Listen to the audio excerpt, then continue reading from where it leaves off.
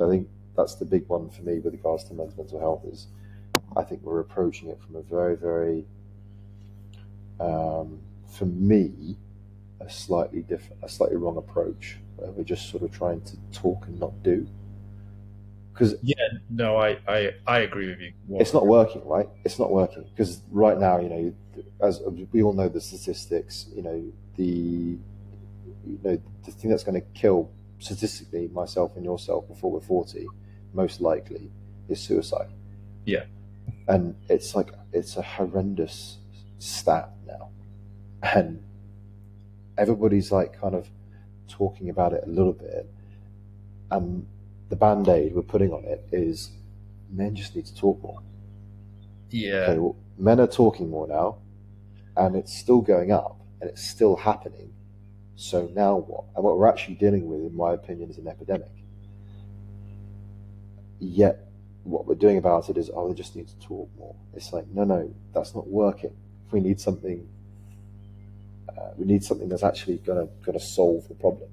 yeah, 100%. It's like I commute into the office twice a week, and the train station poster is a Samaritan's one, and it says, "Gary, there's always someone there to talk."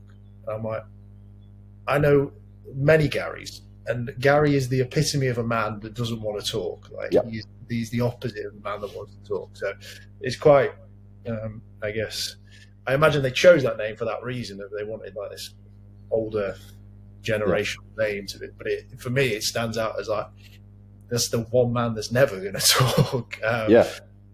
And So it tells you the level of actual emotional intelligence of these sometimes organizations where you think you're so off the mark. And it's again what we are speaking about comes in around the circle with regards to teachers. How can you be a teacher and be so off the mark? And you get it with these organizations as well. You'd be so off the mark. What men need, and this is where Andrew, people like figures like Andrew Tate come in, is that a lot of what he says is really against the mark and is really, should we say, uh, very controversial.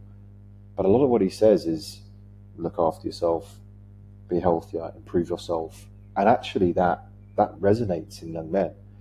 And someone who's probably better at it is somebody like Jordan Peterson, who literally tells men to kind of take responsibility and be that. Don't be afraid to be that strong character and tidy yourself up and dress better and speak properly and educate yourself. And all of a sudden now, men have this, and I'd be lying if I hadn't said that he genuinely helped me in some moments in my life where reading his literature was like, oh, okay, I need to turn a corner, I need to sort myself out here.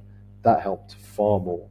Having a friend who had experience, having a father who had experience, helped me far more than me just quite simply having a chat with somebody on the phone who I don't know, who can't really actually appreciate or empathize with my situation. And that's what men need. Men need legitimate role models who have experience, who legitimately care about them, and are able to say, right, pull up a sandbag. This is how it's going to be. This is what you need to do. Take note. yeah, definitely. I think the talking side needs to be like, this is my problem. Like, have you ever come across anything like this before? What have you done? How did that work for you? Like let's share those ideas, not let's just, oh yeah, bad day, mate. Yeah. Yeah, it's and the whole thing with it's okay to cry and all that. I think it's really good. I think it's good to be healthy and and to not bottle things up and to kind of identify that you're not okay within yourself. I think that's really, really good and that's really healthy. However, just sort of sitting there and crying about my problems isn't going to rectify my problems. No. I want solutions to my problems, and me sitting at home, crying about it into a Chicago town frozen pizza is not going to get me out of this hole that I'm in. Yeah. And for me, in my situation, I found myself in a very what could have potentially been a very, very dark spot. What did I do about it? Well, I pulled up my socks and I said, actually, you know what? I'm going to throw myself into this. I'm going to focus on this. I'm going to improve my situation. because then that will get me closer to being out of this hole. Um, but it really could have gone both ways, Lewis. It really could have gone both ways, because I was very lucky that I had people in my life at the right time. Yeah, it's so true. I mean, the biggest issue that I sort of see is that it's a bit like the problem in society is like, well, you might get to that point of something that someone else has got that's just off their shoulder, water off their back. They're never have an issue. So I'm more about that. If you are in that position, it's irrelevant how you got there. It's exactly what you say. It's like, right. I described it in one of my first ever episodes as like, you're falling off a cliff, right? You're just falling, and it doesn't matter how deep in that cliff you are. You've got to throw a hand. You've got to throw a hammer into it. You've got to grab hold, and then go, right. This is bad. But how do we get back up here? Not just be like, oh, going right. That's which is It's can lead it's to problems. it's like self. I mean, you are completely, it's self-indulgent to allow yourself to fall to that depth is self-indulgent, and that's not to say I haven't been guilty of it like loads of times, especially as a young man. I was Mr. Self-indulgent, and I was absolutely, I would say, in a lot of respects, a complete narcissist. Thrown, being in this depth of really what it was depression and hitting these low points and all that. And funnily enough, now, I found myself in a situation that was far organically far worse than any situation I'd ever been in.